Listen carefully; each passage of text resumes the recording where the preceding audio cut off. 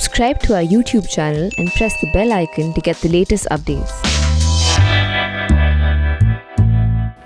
In this edition of Global Print, I'm going to talk to you about India's vaccine diplomacy, why it's falling apart, and why Prime Minister Narendra Modi, who over the weekend in his summit with the European Union leaders, failed to persuade several of these leaders to waive the patents on COVID vaccines at the WTO. But before that, dear viewer, I'd like to make an appeal to you. Please do subscribe and pay just a little bit for the Print's free, fair, objective and unhyphenated journalism. You know that we have been bringing to you the best news stories and the best videos over the last several months of the pandemic. So please do continue to support us. You will find a link for the subscription in the description of this video, both for an international as well as a domestic audience. So back to my column Global Print, in which I talk about India's vaccine diplomacy and why it's falling apart. And I will make 3 points in this video column. The first is that the Western press continues to criticize both India as well as Prime Minister Narendra Modi personally in mishandling the COVID pandemic, which is sweeping across India, and India, as we know, is breaking its own global record every day. Now, the first very critical piece came out in The Lancet, which is a worldwide, very renowned health journal. And this is what The Lancet said. And it said that Prime Minister Narendra Modi's government has seemed more intent on removing criticism on Twitter than in trying to control the pandemic. And the second piece of very vitriolic criticism came from none other than Steve Call, a former managing editor of the Washington Post, now the dean of the School of Journalism at Columbia University. He has written several books and is very well known in India. And Steve, writing in the New Yorker, said that the coronavirus thrives off of complacent leaders such as Prime Minister Narendra Modi. But the news here is that India remains undeterred by this Western criticism. We know that India's image in the Western media has had taken a big beating these last several weeks, and like I said in this piece in the New Yorker and in the Lancet, continues to do so. But the Indian government, as well as the Ministry of External Affairs, has decided that it will not bow down in the face of this Western criticism. Now, the second point that I'm making is that India has had a lot of work to do these last few weeks, and on top of its agenda has been this effort at the WTO, the World Trade Organization, to persuade Western leaders, especially big powers like the US, the UK, France, Germany, to waive the patents on COVID vaccines. Now, India has been mounting this effort along with South Africa, and the argument being, and actually this effort, it goes back all the way to October. But in the last several weeks, this has gained significant ground. And none other than the US President Joe Biden has now agreed with India that American companies, American pharma giants, will waive their patents on COVID vaccines. So that has been quite a very significant milestone and a big feather in India's cap, that it has been able to persuade the Americans, the Joe Biden administration, in doing so. And the US ambassador to the WTO, Catherine Tai, said that in defense of this of this new policy that the Joe Biden administration has taken, said that extraordinary times require extraordinary measures.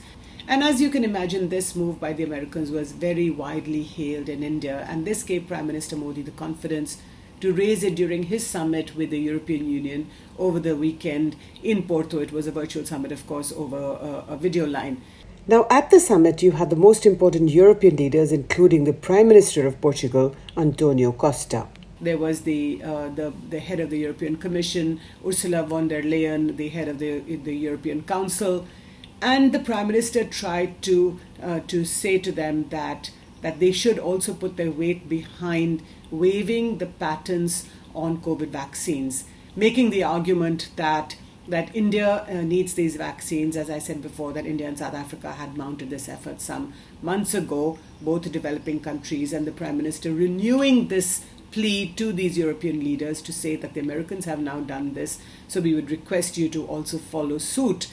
The argument being that once you waive these patents, big pharma companies like Pfizer, for example, which has also made a very successful COVID vaccine, and then Indian companies and other companies in other parts of the world perhaps can use the recipe from those pharma companies like Pfizer or Moderna or other countries and make these vaccines in their own countries. But the European leaders are having none of it. And that's the big argument in my column this week. Which is that Europe is deeply unhappy that the US has ignored its own big pharma companies like Pfizer and has gone ahead and promised to waive the patents on these COVID vaccines at the WTO. Now remember, at the WTO, the patent waiver is limited to just COVID vaccines, which means that if the Europeans, very powerful countries in their own right, agree, then this can be waived. And like I said, Indian companies like the Serum Institute, like Bharat Biotech, or other companies, for example, can manufacture these vaccines. Now, Angela Merkel, the German Chancellor, is very unhappy about this American move. And she said, and consequently other German outlets have also put out, including in the German press, that the waiver on the COVID vaccines is not going to help India in the short run. What India needs in the short run is vaccines. It needs to vaccinate its population. There are very few vaccines in India today, not just because the Serum Institute or Bharat Biotech, which is the two companies that are producing these vaccines, are unable to manufacture or unable to produce as many as India needs because of its very big population. But so that's what India needs. It needs vaccines. It doesn't need, in the short run, it doesn't need a patent waiver. That argument is now resonating across Europe.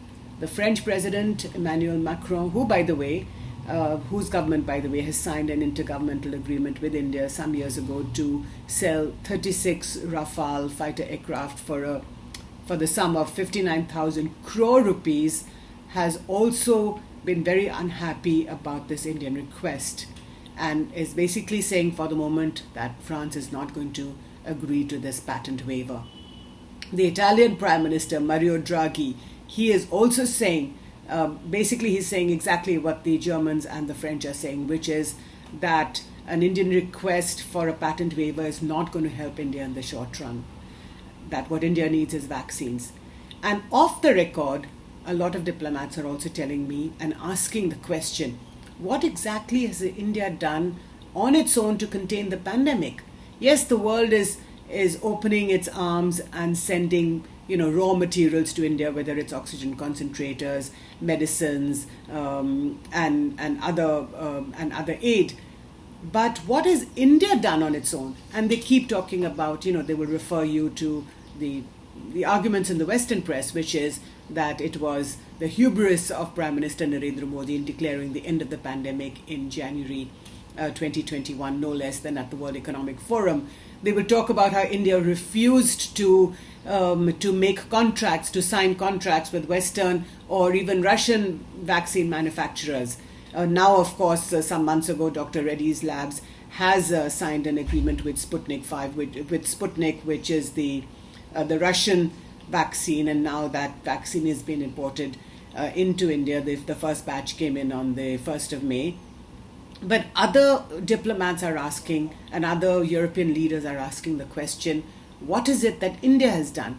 Why is it that India was not able to think ahead, plan ahead, have a whole vision for how it was going to handle the pandemic 6 months ago? Why is it now, when it's in the throes of this pandemic, why is it now beginning to think of all these things? Why does it expect the world to come to India's aid? Why is it that India could not anticipate that it was going to be in this crisis? So the fact is that some days ago, India did change its policy to allow Indian companies, to sign agreements with vaccine manufacturers abroad. So far, like I said, it's just Dr. Reddy's lab. At least that's what it's in the public domain. It may be that other companies will be signing, but there are a lot of preconditions attached, amongst which is that these companies which sign the waivers are going to be responsible for getting approvals for these vaccines, for example. So all in all, At the moment, India's vaccine diplomacy is completely falling apart. Remember that only a couple of months ago, India exported 6.6 crore doses under its vaccine Maitri program to 93 countries abroad. Now, that number of doses is enough to vaccinate the adult populations both of Delhi and Mumbai. And the crisis that you have been seeing in both these cities over the last several weeks could have been averted, may have been averted. Of course, there's no guarantee for anything in life. But if India had those doses, then they could have been used to vaccinate their own populations. Of course, it was a good thing that these doses have gone to friendly countries abroad. But remember, the main reason why the Ministry of External Affairs perhaps did not think this through, did not speak to its counterparts in the health ministry, and before they began to export these doses, because it probably didn't know how many doses they needed. And that again is a lack of planning on the part of the Indian government. And so the question, as I end my video column, how much worse can things get? This is Jyoti Malhotra for ThePrint. Please read my column in the website and tell me what you think about this video. Thank you for watching.